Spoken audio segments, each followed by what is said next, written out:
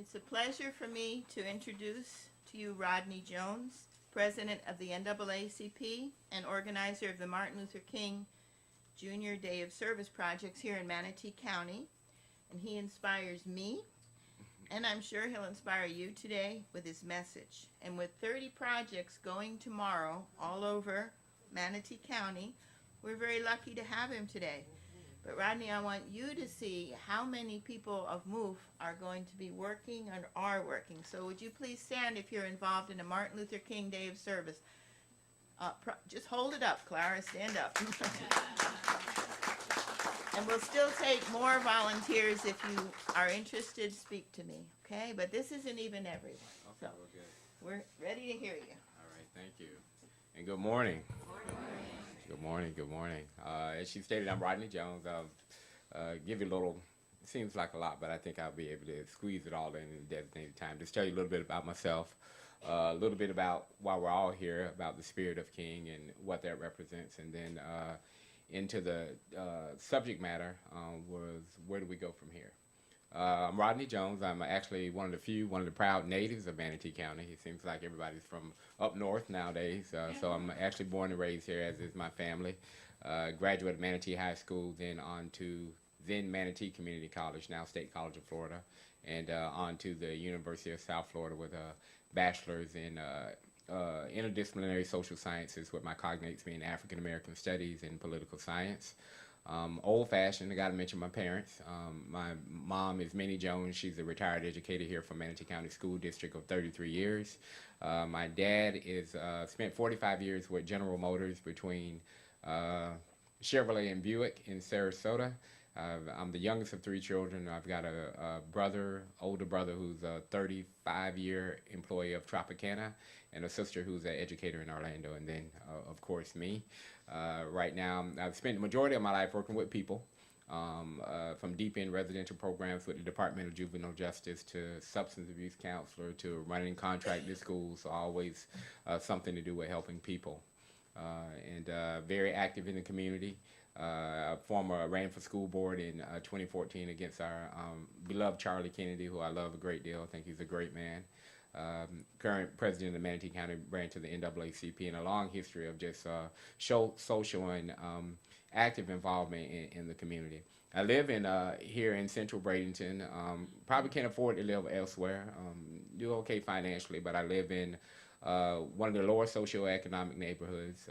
My neighborhood is where it's a complexion of $20,000 median household income. 50% of the population has a 12th grade education or less, no high school diploma. During thriving times such as this, thriving times in the country when others are doing well financially, my community still experiences recessionary forces with double-digit inflation, double-digit unemployment, a lot of returning citizens from prison in the community that are really struggling to find footing where others have found fertile ground. They've many times found it very difficult to get back on their feet because it's not just conducive for them to do so. I know you have been active, many of you have been actively involved in trying to get some of the petitions signed to get the restoration of rights back on the ballot, so we hope that we can offer people true opportunity to chase this American dream that we love so much. We're here to celebrate the legacy of Dr. King, who he is one of my favorite figures throughout history. Just his legacy and his work and his passion, not only for black people but for all people, all colors, no matter where you're from. He loved and thought that we could all come together. We hear so much about the beloved part of King, but he was actually one of the most controversial figures in history, and at the time of his death, he was actually on the United States, on the FBI and CIA's 10 most dangerous men in America's list, if you can believe that. Yeah, he actually was fine as long as he was on the front of the civil rights, but when he dug a little deeper, he thought the problem was economics, and we know that to be true with the wealth distribution that we see now in the country, where the top 3% own, the majority of the country, as high as 90% of the country are owned by a very small population. And it wasn't until he started the Poor People's Campaign that he became labeled as a communist when he thought that wealth should be distributed evenly amongst all people. And shortly after he started the Poor People's Campaign, which was another march on Washington, he was assassinated. And there's actually very compelling evidence that I've ran across and studied, and others, quite a bit of research that showed that there actually may have been some involvement with the CIA actually in his death. It's just a research-proven fact. And that's the country that we live in all its beauty and splendor. We have areas that are not so good as we see today. So I just want to talk to you for a minute, and I won't tarry too long. Just want to talk to you about where do we go from here. I'm 50 years old, have 3 children of my own, doing very well. They say you'll know a tree by its fruit. I don't know how great the tree is, being me, but my children are wonderful. They're doing extremely well. I've got a son who's 28, been married for 2 years, just had his first child, so grandbaby number 2. And I've got a daughter in North Carolina, doing really well in school, doing very well. I got a 19-year-old daughter that's on Dean's List at State College of Florida, and I'm a single dad, so I've got a 14-year-old, a wonderful 14-year-old, beautiful age, 14-year-old, at home. You remember those days when you had those teenage kids at home, just a beautiful time. And so I've got a 14-year-old daughter doing well, pretty much straight A student, knock on wood and everything else, no problems as of such. So things are going really well. So, you know, I know almost saddened in a lot of ways. And if you don't see me with papers or anything, I never truly prepare. I just thank God to put on your heart what needs to be said at the time. And almost saddened by what I've seen in the country over the last couple years. Just the thoughtless and senseless killing. And the attack on faith communities that we've seen, where people are now going into churches, doing Bible studies and doing service and actually killing people. It's just a sad state that we're in, and just the climate of the country right now is something that I'm not accustomed to. It's very unusual. I think we're in a very, I would call it a very delicate time, and almost it feels like at sometimes the beginnings of a little social unrest. That we're experiencing, which is somewhat concerning to me. I'm a Christian person, so I honor and respect all faiths and all religions as long as we believe in the goodness of people, we believe in the love of humanity, I can support. Because I'm a firm believer that the Lord, that God is one, so no matter where you stand, I believe that God loves all of us. He loves all of us in equal measure. So in a time where many of us have grandchildren and family members and loved ones, and you see the divide that has come about in the country, and the new racial tensions that are emerging, and we still have what I would consider very much a broken government, where we have divided down partisan lines, which I think is very detrimental to the country, because in the Bible that I study, it says that a house divided against itself cannot stand. And so we see this divisive spirit that is in this country now, that it only diminishes our ability to come together and support each other. And instead we have what I consider to be a very broken government, and therefore a very broken system, which only debilitates our ability here to live as we should. So I'm praying every day for the leadership of our country, including our president, Donald Trump. And as I will say, as an African-American male, it has been quite challenging for me to support many of his views and his posture on especially issues of race and equality. They're disturbing to me, but yet I pray for the leadership of our country. I do not wish for his demise. I wish for him to be successful. I wish for him to do well, because if the leadership of our country does well, so do we. If the leadership of our country falters, we falter as well. So I pray for my brother every day, that he embrace. Look at everybody kind of chuckle. That he embrace just a spirit of humanity and a love for people. And we'll squeeze in some honesty there at some point as well, with some of the rhetoric that he does. So where do we go from here? like I said, I live in a community, and I'll give you some insight into the black community. We've got problems. You know, we've done a lot of finger pointing at the system, which we all know exists. The hard time that black people have had in the country, we know exists. We have had a very difficult time finding equal footing here in the country, even though that Constitution was written for all men. At the time of that Constitution, it does not appear that it was written for me, as I was a slave during that time and have had to fight and crawl, and many of my ancestors have had to die for me to right to not only be in this church today, but to stand at this podium. So we have struggled to find equal footing in this country, and we continue to do so. But with that said, the consequences of that journey have truly manifested themselves in our country, in our community. The black community, sociologists are saying, without any doubt whatsoever, that we're experiencing our first true generation gap. And when people say that, it doesn't really resonate at the level that it should, but it has been very consequential, and it is very consequential for our success going forward, because the values and mores and customs of the old, what we could call old school in the black community, is totally separate from the young. They've got a different system going on, a different value. They don't know what community looked like to us coming up with, where there was a high level of respect, a high level of community, a high level of support for each other. Families came together. We worshiped together. We supported each other. The teachers, everyone lived in the community.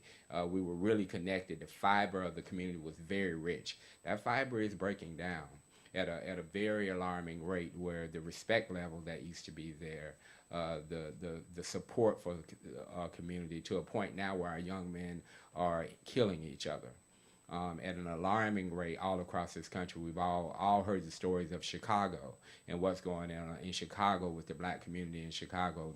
We are turning on each other, and we've got concerns. So with me living in the community, I play a role where I have to be, I live there for a reason. Not that I can't afford to live elsewhere or move elsewhere, but I live there because I believe that leadership, everybody can't go to the suburbs. Everybody, once you make a little bit more money, you can't move out of the neighborhood, because it creates an absence of positive leadership. There's leadership there. There'll always be leadership there, but are they leading in the right way? So there must be people that remain behind and try to continue to build community, and all the skill sets and wonderful experiences that I've had, I try to bring them home to my own streets and my own community and what's going on right out in front of my door. So where do we go from here? That's a very tough question. It seems like not only here in the United States, but many of the countries around the world are experiencing challenges right now. They're not economic challenges, there's social unrest, there's political challenges, and we're all experiencing somewhat, I believe, somewhat of a spiritual decay all across this globe. Spiritual decay, and where that's significant is if we do not embrace God, or we do not embrace some form of a higher being that guides us and connects us and keeps us grounded, we begin to go astray. And I believe that's what's happening here in America as well, that we are beginning to go astray. And from my Bible, which I study, and once again, I study of a Christian faith and have accepted Christ as my Lord and my Savior, I believe that it's consequential when you begin to go astray. All throughout biblical history, whenever the chosen, the children of Israel, they would go astray, God would somehow take his hands off of them and leave them to their own devices. And anytime we're left to our own devices and our own wit and our own wisdom, without the support of God and the foundation of God, will we begin to go astray. And when we go astray, we experience the consequences of our behavior and our actions. And I think that's part of what we're seeing here in our country, that we have begun to drift because we cannot come together and agree for humanity's sake what would be best for all people, not some people, but what would be best for all people. So where do we go from here? I say we do just what we're doing today. We come together, we worship, we support each other. We keep always the mindset that there's something greater than us. I wake up every day. I live by a premise, and Couture Nichols is a good friend of mine who's visiting with me here today. I live by a premise. I wake up, and she can tell you, I wake up every day with one thing and one mission only. Is to do something good for someone. Every single day of my life, I live that way. I haven't always been the best, too. I'll tell you right now, I've been probably one of the best sinners there is most of my life. I haven't lived the best by any means, but now once I'm older and have come to an understanding, the scripture in the Bible that says love or charity covers a multitude of sin. Love or charity covers a multitude of sin. So for my sins, I give every heartbeat of my life to try to help someone and try to do for someone. It doesn't matter where they're from, race, creed, color, religion, financial station, socioeconomic condition. It does not matter to me. It does not matter to me. God has made me a vessel in order to help people. And I firmly believe that unless we each become a vessel, each of us in here and each of us out there become a vessel to help people and to believe in people, we will have a tragic ending. And I'm afraid right now that we're going in a certain direction because my biblical prophecy says that we're heading kind of on a dark path. And I fully support everyone's belief, but I believe that we're heading on a dark path. And regardless of where you stand and what you believe, we all will experience those same forces when they come. So today I just wanted to encourage each of you in your respective places,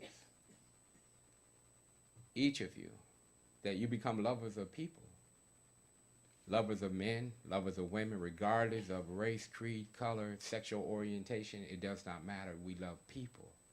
And the minute that we can start loving people, we can start loving people in its full measure, we'll experience a healing on this land. And that healing will not come unless we come together collectively and start to support and love each other at the level that is in all of us. And so where do we go from here? We come together. We simply come together. We come together and worship as we're doing today. We get to know each other. I understand you're having a social hour after. You get to know each other a little bit. You can't get to know each other unless you talk. Unless you experience a little bit, we get to know each other a little bit. We find out where those wonderful spots are, and we find out where those hurtful spots are. And we come together and we support people not on those wonderful spots, but we support people on those hurtful spots because there are a lot of people that are hurting. A lot of people that are hurting, a lot of people that have lost their way. A lot of people don't know a way out. Very tough, even though, like I said, the economy is thriving, there's some really tough economic times going on right now. We see that by the homeless population right here in Manatee County. And a sad epitaph of that is 50% of our homeless population in the United States are veterans. And that's a very sad situation. So where do we go from here? Where do I go from here? I go to my God. Where do you go from here? Where do you go from where you sit or where you stand? You go to wherever supports you. If it's a God that supports you, a higher power that supports you, you go there and you find goodness there. And you find the will and desire to do better and more. We all can do more. I know people are like, well, I'm really busy and I'm tired. You can always do more. We can always do more. I heard Carol back there. Carol back there, Bearfield? Is she here? Yeah, and Bernita, Franzel? Yep. Okay, good. Yeah, those are my sisters there.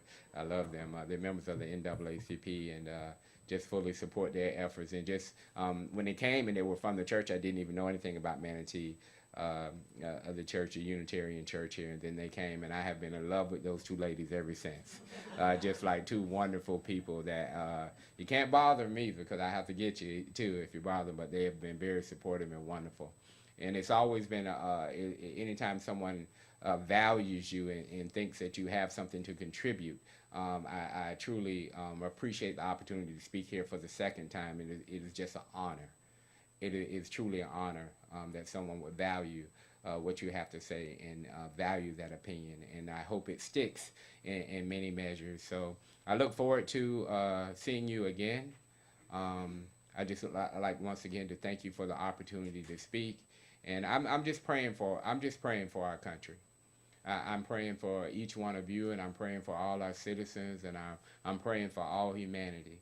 I'm praying that your grandchildren and my children will have the opportunity to chase their dreams.